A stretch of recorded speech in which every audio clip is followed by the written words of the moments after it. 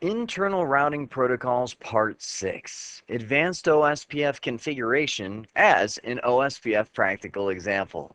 I kind of grin when I say that title because after I recorded the first Advanced OSPF nugget and I talked about the different areas that you can have spanned across a frame relay or a non-broadcast multi-access network, I finished that nugget and I thought, man, there's so much more advanced OSPF stuff I want to talk about, but the best title I could come up with is More Advanced OSPF Stuff. So instead of using that title, I decided to use an OSPF practical example because there really are so many more topics I want to talk about with you that have to deal with OSPF. So what I decided to do was cover all of these topics in a practical example. We are going to see the largest OSPF network that we've seen yet in this entire CBT Nugget series of internal routing protocols, and we're going to assemble it using each one of these. The main topic I want to talk about is redistribution using OSPF as a core protocol and your different strategies that you have when you're doing redistribution. That is going to be route tagging. Oh, and I get a buzz when I say that. Route tagging is my favorite way to go. And then we'll also look at redistribution loop prevention using different route types, filtering based on the types of routes that are coming through. We will also enable OSPF authentication, which is fairly straightforward, but it gets a little bit more advanced when we combine that with OSPF virtual links and doing authentication across a virtual link. Finally, we'll talk about, and we'll probably splice it in there, OSPF virtual routing and allowing OSPF to send a virtual routing, default routing is what I meant. Default routing, sending a default route, kind of like a default gateway to your entire OSPF network of routers so that they can all get to kind of a gateway of last resort, for instance, an internet gateway. So let's get going and take a look at our topology. Here's the network diagram that we're going to use for this practical example of OSPF deployment. And holy cow, is this going to be cool. I'm just looking, I was designing this network topology and I thought this is going to be a really good example. Now I've written some general guidelines of things that I want to make sure I accomplish during this example. I want to make sure I mutually redistribute OSPF and EIGRP wherever possible. That means EIGRP and OSPF are going to be fully redistributed back and forth between each other. I'm going to summarize 172.16.1.0, which is this interface over here, as it enters OSPF, the OSPF autonomous system. And I'm just going to put a 16-bit mask on there. I just really want to show how to summarize routes coming from an outside domain. Should be a good review of some of the previous nuggets. This is a new one, though. Enable MD5 OSPF authentication in Area 0. At first, it sounds simple because OSPF authentication isn't too hard to turn on. But then we look down, down, and down some more, and we see OSPF Area 2 connected to OSPF Area 1, connected to OSPF Area 0. Now, my mind begins to wonder, wait a sec, that violates the OSPF design guidelines. You have to be directly connected, so a virtual link has to come into play.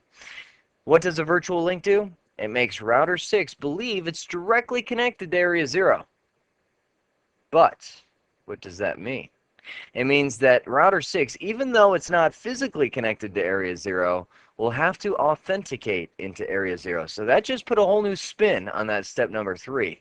We're going to have to configure authentication to reach even further than Area 0.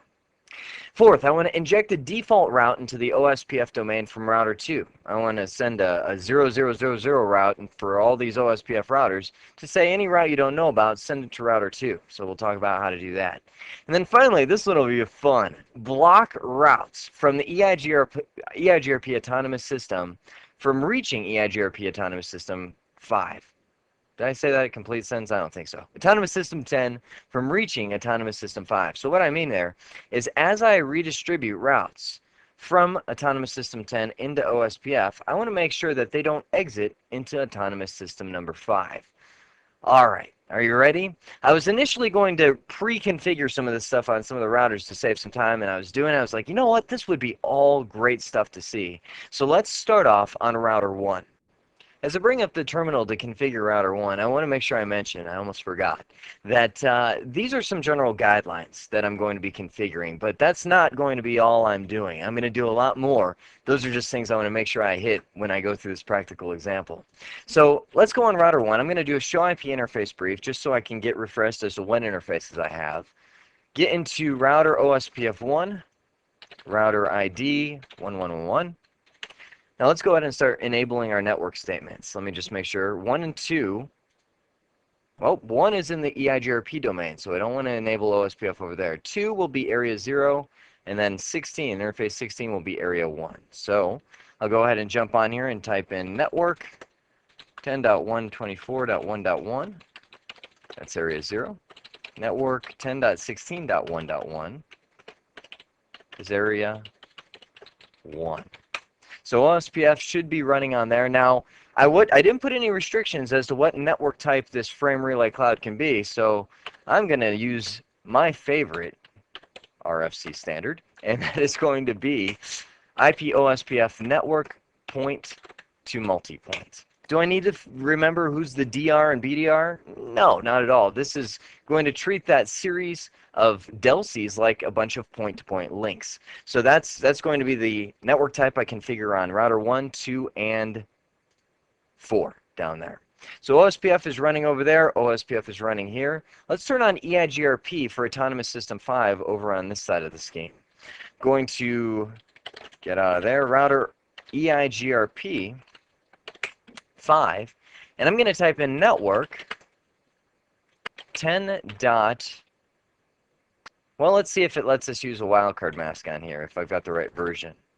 Okay, good. We do have wildcard bits, so I'm going to say 10.13.1.0 with wildcard bits 0.0.0.255. Now remember, what that does is it's going to make sure EIGRP is only running on the interface starting with 10.13.1. That's what the wildcard is there for. If I had an iOS version that didn't support EIGRP wildcard bits, which I'm sure we're going to run into somewhere over here, we would have to use a passive interface. We'd have to say passive interface here and here because we'd only be able to type in that classful boundary. But I do know one command that I need to make sure I type: no auto summary. Make sure that it doesn't ever round off at the Class A boundary of the 10 network. So at this point, I have router 1 configured for the base EIGRP and OSPF configuration. Let me jump up to router 2. We'll do these in consecutive order. Router OSPF 1. Oh, let me do the router ID first. 2222, network 10.124.1.2, area 0, and network 10.24.1.2, area 3. That's the Ethernet interface over here. So that's the OSPF configuration. Let me get into interface serial 0.21, and I'll do IP OSPF network point to multi-point. Can't forget to do that. Then I'll go into router EIGRP 10, and I'll type in network 10.25. Let's see if this one supports the wildcard bits. Ah, see, that one didn't. So I'm just going to type in 10.0.0.0, no auto summary, passive interface, and let's see, 10 dot, well, actually, what am I doing? 10 dot, let's do passive interface Ethernet 0, passive interface serial 0.21. So I'm now turning off EIGRP hello messages on those interfaces. But, ooh, this is a place we have to be careful. We just said EIGRP is running on what network? 10, right? So when I start doing redistribution, because that's one of my objectives, I'm going to redistribute EIGRP into OSPF, but it thinks this and this are also EIGRP because I had to turn it on for the whole 10 network. So when we do that redistribution, I think some filtering may be in order. We'll get to that once we deploy the base routing configuration. So at that point, we should be good to go on router 2. Well, let's keep going in consecutive order. Router 3. This one should be easy. Router EIGRP 5, autonomous system, network 10.0.0.0, network 192.168.3.0. No auto. That's just something I always must type on my EIGRP side. So that should start forming its neighbor relationship down there, yep, with router 1 via EIGRP. So we have that adjacency formed. Let's hop over to router 4 down here. OSPF area 0 on serial, OSPF area 3 on Ethernet. And I'm flying through this because a lot of this configuration you should already be familiar with some of these, the base routing protocols. I just want to make sure you're with me as I deploy this because it's a great review as we start laying the foundation protocols. Let me do a show interface brief. Router, OSPF 1, and I'll do network 10.13.1.3, all zeros, area, and that's my serial interface, so that's area 0. Holy cow.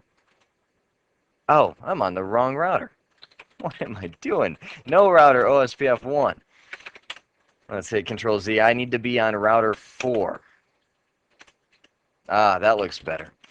I'll do router OSPF 1, network 10.124.1.4, area 0, and network 10.24.1.4. And that'll be area 3. Router, oh geez, I hopefully haven't formed any neighbor relationships yet. I forgot to type the router ID in first. Ah, you see? I have to clear my OSPF process for that to take effect. No big deal, just a hassle. Alright, so we've configured router 1, 2, 3, and 4. We've got that set up. Let's hop over there to router 5. That should be an easy deployment. Router EIGRP 10, network 10. I'll do a no auto while it's on my mind. And network 172.16.0.0. Alright, so we should be good with this top half of the network. Now let's hit router 6 and router 7, configure them for their respective areas. This is where we'll see a little different configuration. We'll have area 1 on 61 and area 2 totally stubby on 67. So we hop down to router 6. Router OSPF 1, router ID, all 6s. Network 10.16.1.6, area wildcard mask, area 1. Network 10.67, formed our neighbor relationship, 1.6, area 2. Correct? Correct. And area 2 is what kind of area? Totally stubby. So I'll do a stub, no summary. Now I only need to do that totally stubby command on router 6 since that's where the filtering is taking place. Router 7 can be a stub without any problems. Doesn't have to be, but it can be. So I'll get into router 7. Router ID, all 7s. Network, oh I forgot to do the show interface, so 10.67.1.7. 10.67.1.7.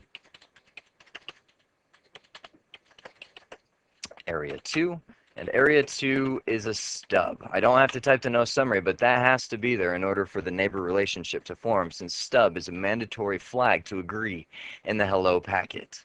Alright, we've laid the foundation network. Everything should be working except for router 7. It probably has some problems right now. It's not going to receive any routes because area 2 needs to be directly connected to area 0 in order to be considered a valid area. However, since it is connected via area 1, we need to deploy a virtual link here.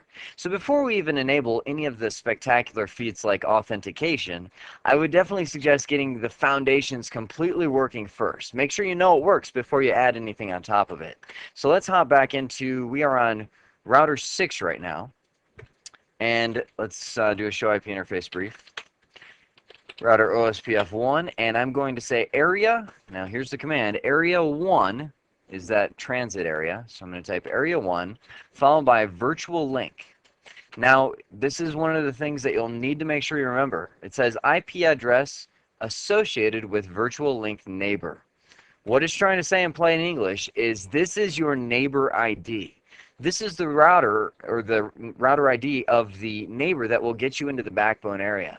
I can't tell you how many times I've mistakenly typed that in. The IP address that I'm connecting to. Now, is that the router ID of router 1? Nope. The router ID is 1.1.1.1. That's one of the things that you need to make sure you remember, because I've forgotten it many times. So I type in virtual link. I've got one way going. Now I need to hop over to router 1 and do it the other way, essentially creating a tunnel between these two routers. Go into router OSPF, and look at this. It says invalid packet mismatch area ID. Backbone area must be virtual link, but it's not found. What it's saying is a router's asking for virtual link, but we're not configured for one yet. So let's oblige. Area 1, virtual link, and the router ID of our neighbor is 6.6.6.6. That should do it. That should bring up our virtual link. And if we do a show IP OSPF, I'll type in virtual link, we'll be able to verify, and that's a big show command, to verify the status of the virtual link. You see virtual link to router 6666 is up. It is run as a demand circuit. It's point to point. And down here, look at this. You see the neighbor on OSPF VL0. That's a new sounding interface. That's virtual link 0 going from loading to full. So at this point, we should be able to go down to router 7, do a show IP route, and now it's a totally sub area, so it's not going to see anything outside of its area, but it is getting a default route from router 6. Even that would not happen if we did not have the virtual link configured correctly. So at that point, I think we're ready to go. I think we're ready to start plopping some of the fancy configuration on top of this network. I'd like to start out with the mutual redistribution of OSPF and EIGRP wherever possible. I don't know why, I always love doing redistribution. It's one of those things where it's like laying a new tile floor. You just feel like you've accomplished something when it's done. So let's start over here on router 2. Jump up to the correct router. And I'm going to redistribute EIGRP into OSPF. But now remember, router 2, when I did the EIGRP configuration, I had to type in network 10.0.0.0 because this iOS version, as you may encounter in other areas, did not support the wildcard mask with EIGRP. So when I'm running EIGRP, if I do redistribution, I'm going to redistribute not only these routes, but also these routes. Now, OSPF will probably be smart enough to figure it out and say, well, okay, external route versus internal route, my administrative distance is lower. However, I just think it's much cleaner if we can filter those out as I redistribute to make sure that only the correct routes are going to be redistributed. So, what I'm going to do is I'm going to go onto router 2 and create an access list. Let's create an access list, and just a standard access list, I'll choose 20, permit 10.25.1.0, which is this network right here, with a wildcard mask of 000255. And let's also permit, hit the up arrow, and I'll permit 172.16.1.0. Same wildcard mask. So I've now encompassed both the networks in the EIGRP domain. Now what I'm going to do is I'm going to create a route map, which you'll use all the time for redistribution. And I have a habit of naming my route maps just so I can remember the names. Something like this. I'll do EIGRP to OSPF and hit enter. Now I'm going to type in match, and this will tie in our access list, match IP address, followed by the access list number. So I'll say 20 because that's the access list we've created up here. So what I'm doing, just so I can talk you through what I'm doing right now, I first created an access list that matches only these two networks in the EIGRP domain. I'm then doing a route map, which I can apply when I do redistribution, and I'm saying match the IP addresses that are specified in access list 20 because we can never apply an access list directly to redistribution. I'm going to do one more thing, and you'll see why I do this as we continue on throughout this demonstration, but I always tag routes that I redistribute into OSPF. So I'm going to type in set, and I'm going to type the tag keyword, followed by a tag value. Now, I try and pick something logical for myself, so I'm going to say, since this is coming from EIGRP Autonomous System 10, I'm going to tag it with a value of 10. Now, if you tuned in for the previous nugget, I explained real briefly what a tag was, but it's just like a Crayola crayon that I'm coloring these routes with, a big color red, which in this case, red being represented by 10. So later on, I can, if I ever need to filter these routes out, I can just match the color 10, if you will, and say I don't want to send these routes that have that marking of 10. When I redistribute from autonomous system 5 into this network, I'm also going to tag those with a 5 so I can figure out which routes are coming from which direction and filter them if I need to. But I haven't started redistributing yet. I'm going to go into router OSPF1, type in redistribute EIGRP followed by the autonomous system 10. And I will say the metric for those routes is 100. I never really set a default metric for my routing protocols. I always set it as I do redistribution. Metric type, I'll keep it the default of E2. Subnets is a definite keyword I want to tag on there, so I don't just try and redistribute classful boundaries. I could tag it right here if I wanted to, but instead I'll let my route map do that for me. So I'll say subnets followed by route map. And my route map name was OSPF, or I'm sorry, EIGRP to OSPF. And that should do it. I'm going to hit enter, and now I should be redistributing EIGRP routes through router 2 into the OSPF network. And I should be only redistributing these 2 routes. It should be doing the filtering that I specified in that route map. Oh, I'm too anxious. I've got to check it out. Let's go down to router 1. Come with me, and I'll type in show IP route, and let's see. External type 2 route 172.16.10. That's up there, and external type 2 route 10.25.1.0. Perfect, right there. Lovely. So we have redistributed those routes successfully. Now, if I remember right, while we're on router 2, I think one of my objectives, I'll kind of put a half. Oh, let me change to the right pen here. I'll put a half check mark right here because I'm almost done with that. I'm also going to do this summarization, number 2, summarize that 172.16.1 network, because as of right now, it's showing up with its full 24-bit mask. So let's hop up to router 2. I'm still in router config mode, and it's just a summary address command. Summary address, let me make sure I've got it. Yep, 172.16.0.0, wildcard or subnet mask of 00. Yeah. All right, I'll stop right there. Okay, recoup. 255.255.0.0. It's a subnet mask, not a wildcard mask. I can set a tag on that summary mask as well, and why not? I'll say tag 10 since it originally came from EIGRP Autonomous System 10 as well. I'll hit enter, and now I've summarized that. Now it did say mutual redistribution, so let's go into router EIGRP, and it's Autonomous System 10. And I'll type in redistribute OSPF followed by the process ID 1. I want to show you a cool method that I always use as I redistribute from OSPF, which is my core protocol, into outside protocols or edge protocols like EIGRP in this case.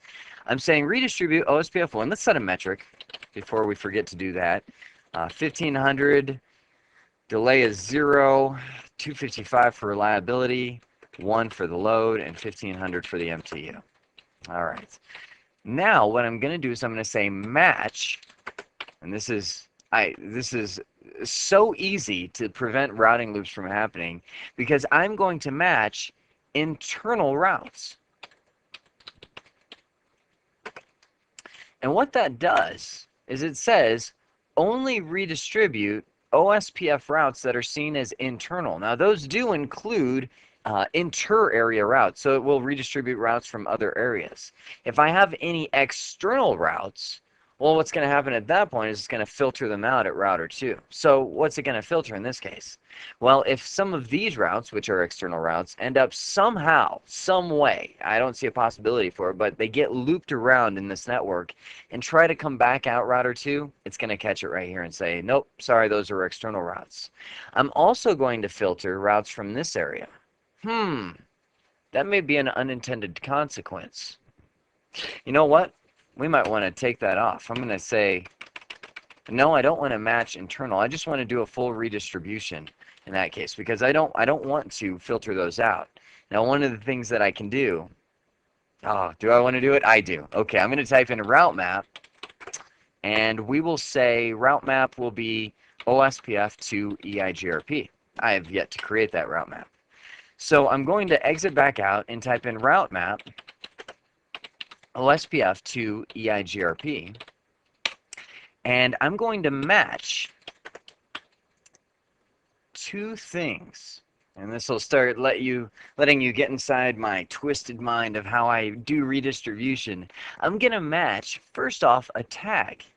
What tag? You have a guess? Now remember, I'm going to start filtering. Router 2, it's going to filter routes coming through to this network. I just want to make sure that these routes in Autonomous System 10 don't end up getting back there somehow, some kind of loop in the network. So I'm going to match tag 5. And if you guess that, you are heads above anything that I would have guessed. And the reason why, if you didn't, that's totally fine as well. I haven't even assigned that tag anywhere yet. But using that same logic, here's what I'm going to do. I'm going to redistribute EIGRP Autonomous System 5 into OSPF, and I'm going to tag these routes with a 5. So as it comes through, it will come to router 2, and by applying this route map, I'm going to say, I want to allow the routes that match tag 5. So these routes will be allowed. But that's not all. I'm going to get back out of this route map and enter it again. I'll do route map OSPF to EIGRP, and this time I'll do a sequence number of 20, because it starts at sequence number 10, I believe. And now I'm going to match the route type of internal. And you see right here it says includes OSPF intra/inter area routes. So internal routes will be matched as well. Remember, when you do a route map, I'll just do a show route map to verify that everything is working okay. And here is my route map OSPF to EIGRP. I have 2 lines in there. I don't want to do 2 match clauses inside of a single route map statement, because then it will kind of do an and system. And for those of you programmers, it goes either an and or an or. If I did the match internal up here, it would say it has to match tag 5 and it has to be an internal route, which will never happen. This way, I'm saying it's going to match tag 5 or it's going to match an internal route.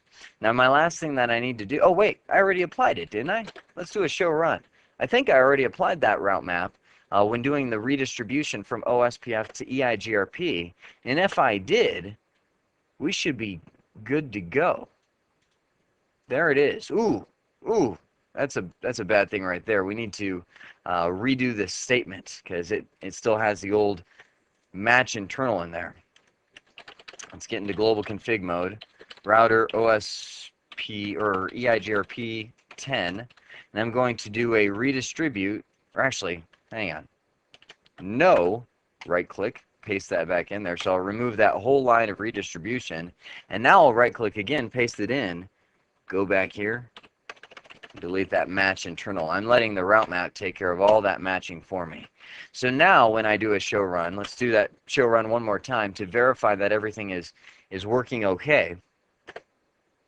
Get to the routing protocols down here. We've got EIGRP 10. Let's verify our syntax. Passive interfaces, that's fine. Here's our statement.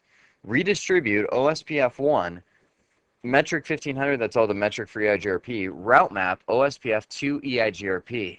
And as we saw, the route map should, scroll down a few lines, the route map OSPF to EIGRP should have 2 sequence numbers and be matching exactly the things that we specified.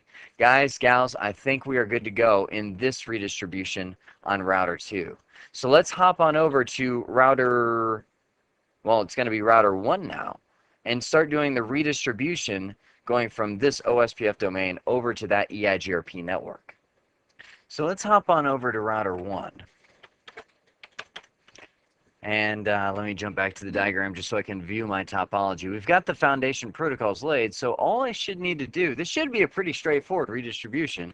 Let's jump into router EIGRP 5, redistribute OSPF 1, and we will do the metric 1500, 0. It's been a while since I've done these metrics. I used to be able to type them in without even blinking. All right, so we've got the metric typed in there, and I'll do a match. Well, actually, we don't need to match in this case. I'm going to apply a route map just like we did before. And I'm going to do the same style system. Route map, and this is router 1, so it's brand new. I'll do OSPF to EIGRP. Enter. Now, before I forget, let's immediately create that route map. Route map OSPF to EIGRP, and I'm going to do a match tag 10 because I want these routes to be able to come over here, and I've matched them with a tag of 10. Let's create a separate line in there, and I will do a match route type and internal. So what I've done is the same thing as I did over here, just the opposite. I'm matching internal OSPF routes, which includes intra and inter area, and I'm matching things tagged with a 10. So these routes will make it into this EIGRP domain. If somehow there did end up being a loop, and maybe, you know, this router ended up connecting over to here and doing redistribution too, that way this router would keep things tagged with a 5 from getting through and break the loop. That's the whole idea behind this whole tagging system. Okay, so we've now redistributed OSPF into EIGRP. Let's do vice versa.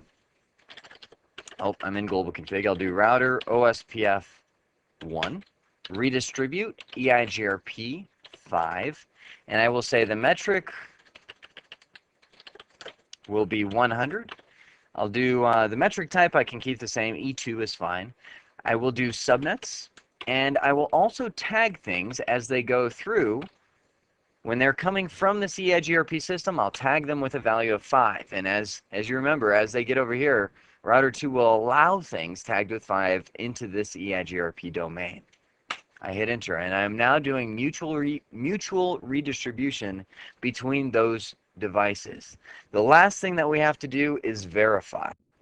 I'm going to jump up to router 3. Oh, make sure I'm in the right window. Jump up to router 3 and do a show IP routes.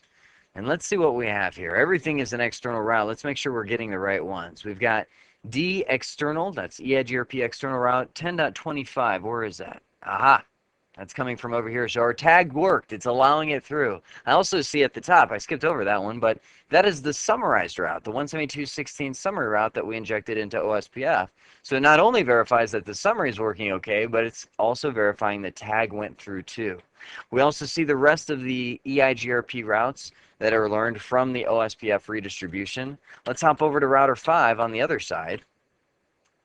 That's over here, right-hand side.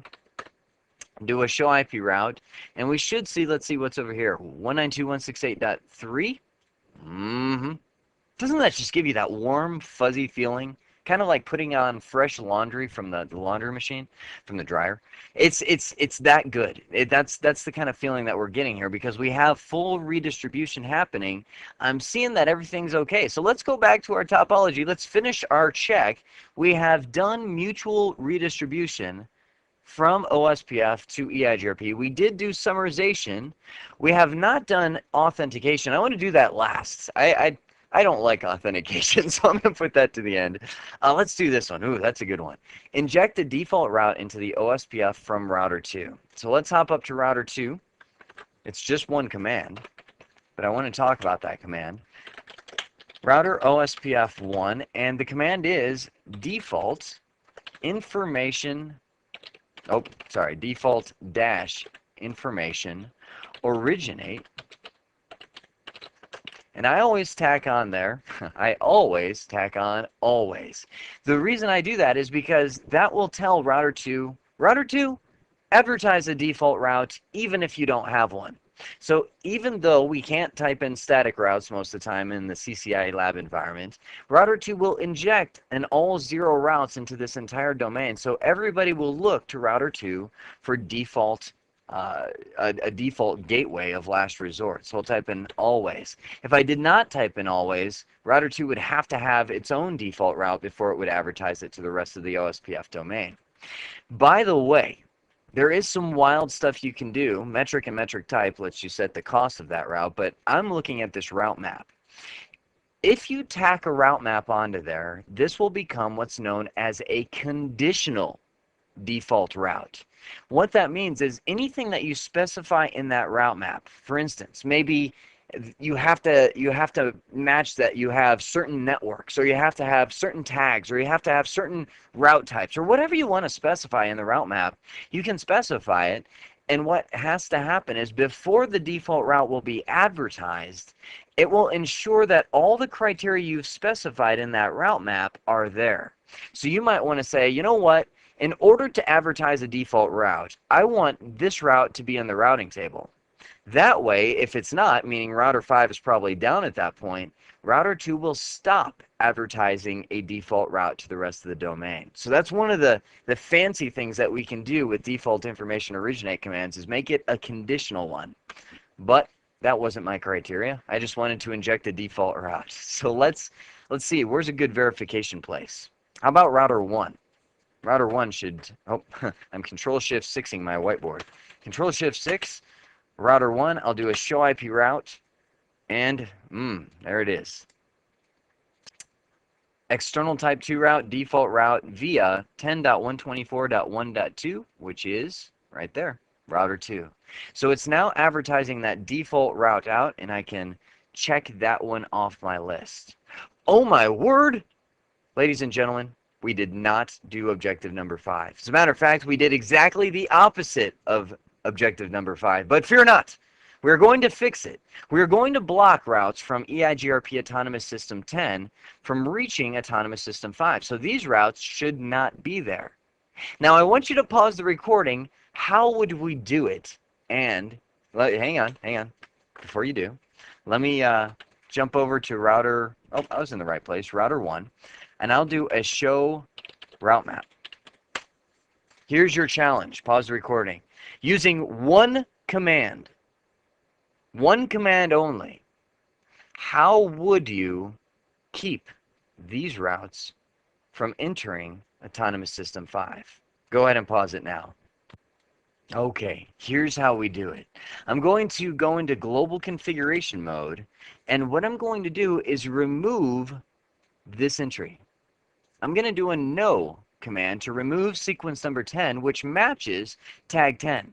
So the only thing that should be matched by the time it's said and done is internal routes, which these are not. So I'll type in no route-map. Let me use context-sensitive help here. OSPF2 EIGRP permit 10 is the sequence number that I want to remove. So let's make sure I'm going to do a show route map. Make sure that I just removed that one sequence number. Sequence number 20 is the only one that's left. That should do it because it should only be matching internal. Let me do a clear IP route star, clear out our routing table, and that should do it. I have a feeling that should do it.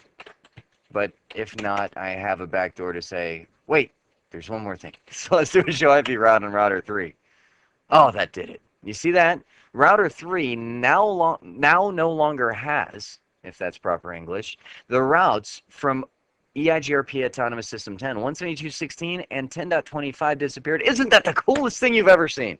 I'm sorry. Every time I see this, it's just amazing to me. That is the use of tags in your environment. Let me go back to this network diagram just to make sure, because I know tags may be new to many of you. I am tagging these routes as they go into the OSPF domain. Tagging them as they come in here. Putting little markers, Crayola marking crayons on them. Tag of 5 and a tag of 10. Once they've got those labels, you can do whatever you want with those routes as they go in and out of the OSPF networks, just with the simple commands inside of that route map. So it's a very powerful thing to be using those route tags. I have never done an OSPF redistribution scenario like this without using them. I know you can filter using the match of just internal or matching just external, things like that, but tags give you so much flexibility. Sorry, I get a little excited. Let's go ahead and tackle our final objective, enabling OSPF authentication in Area 0. Now, I must confess, enabling authentication is my least favorite thing to do, just because it's not hard. You'll see the commands to do it. It's not too hard. It's just one of those things where it seems like I always forget something, and one router will stop working and I won't notice it. So we'll walk through each thing step by step and go to each router and do it, and then configure the virtual link for authentication. Here's the commands to make sure authentication works. I'm going to go into global config mode, do router OSPF1, and we're going to type in area 0, which is this whole backbone area, followed by authentication. And I'm going to use message digest, which is MD5 authentication. If I just hit enter there, it will use clear text, and I want it to be secure, so I'll type in message digest. So now it's told router 1 area 0 must support authentication, and neighbor relationships will begin to drop once I start typing in the keys to the authentication. I'll go under interface, and let's verify which interface it is. Serial 0/0.2, because it is a per interface authentication. Now type in IP OSPF message digest key, because you're pretty much making a keychain of keys for OSPF, and we're only going to specify one key. Excuse me. Key 1, using the MD5 algorithm, is going to be, and I can at this point type in my actual key, or if it's an encrypted key, I can type in that as well if I was pasting it from another config. Otherwise, you just type in that key here. I'll just type in Cisco is my key. Now, okay, here's why I hate authentication. I'm just in the habit of doing this little question mark at the end, right?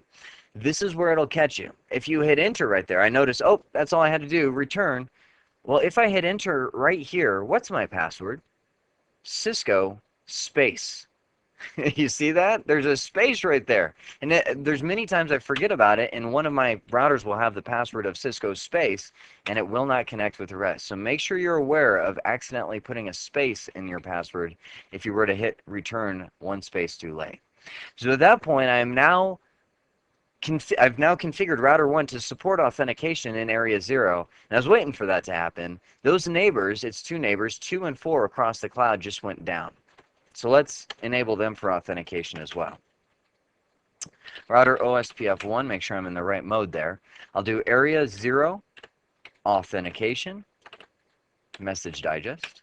And then I'll go under interface serial 0.21 on router 2. And I will type in IP OSPF authentication. Oh, wrong command. That's if I want to get into the clear text. I'm going to type in IP OSPF message digest key, followed by 1 MD5, and the password is Cisco. So I now have router 2 configured for authentication. Now let's hop on down to router 4. Now the command should start flowing off our mind. Area 0 authentication, followed by message digest, interface.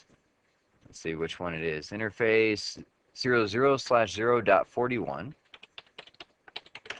And that is going to be IP OSPF message digest key 1 MD5 Cisco.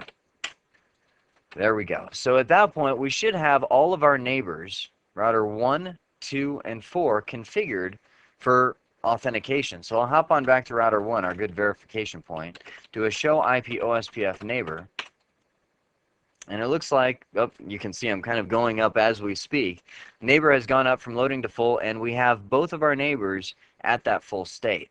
So at this point, area 0 is configured for authentication, but are we done yet? No. The reason why is router 6 believes it's connected to area 0 through that virtual link.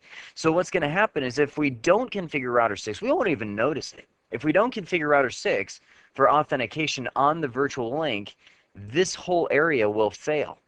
It will just stop working because router 6 can no longer authenticate into area 0. We're really tunneling that. So the final thing that we have to do is we need to configure router 6 to support authentication into area 0.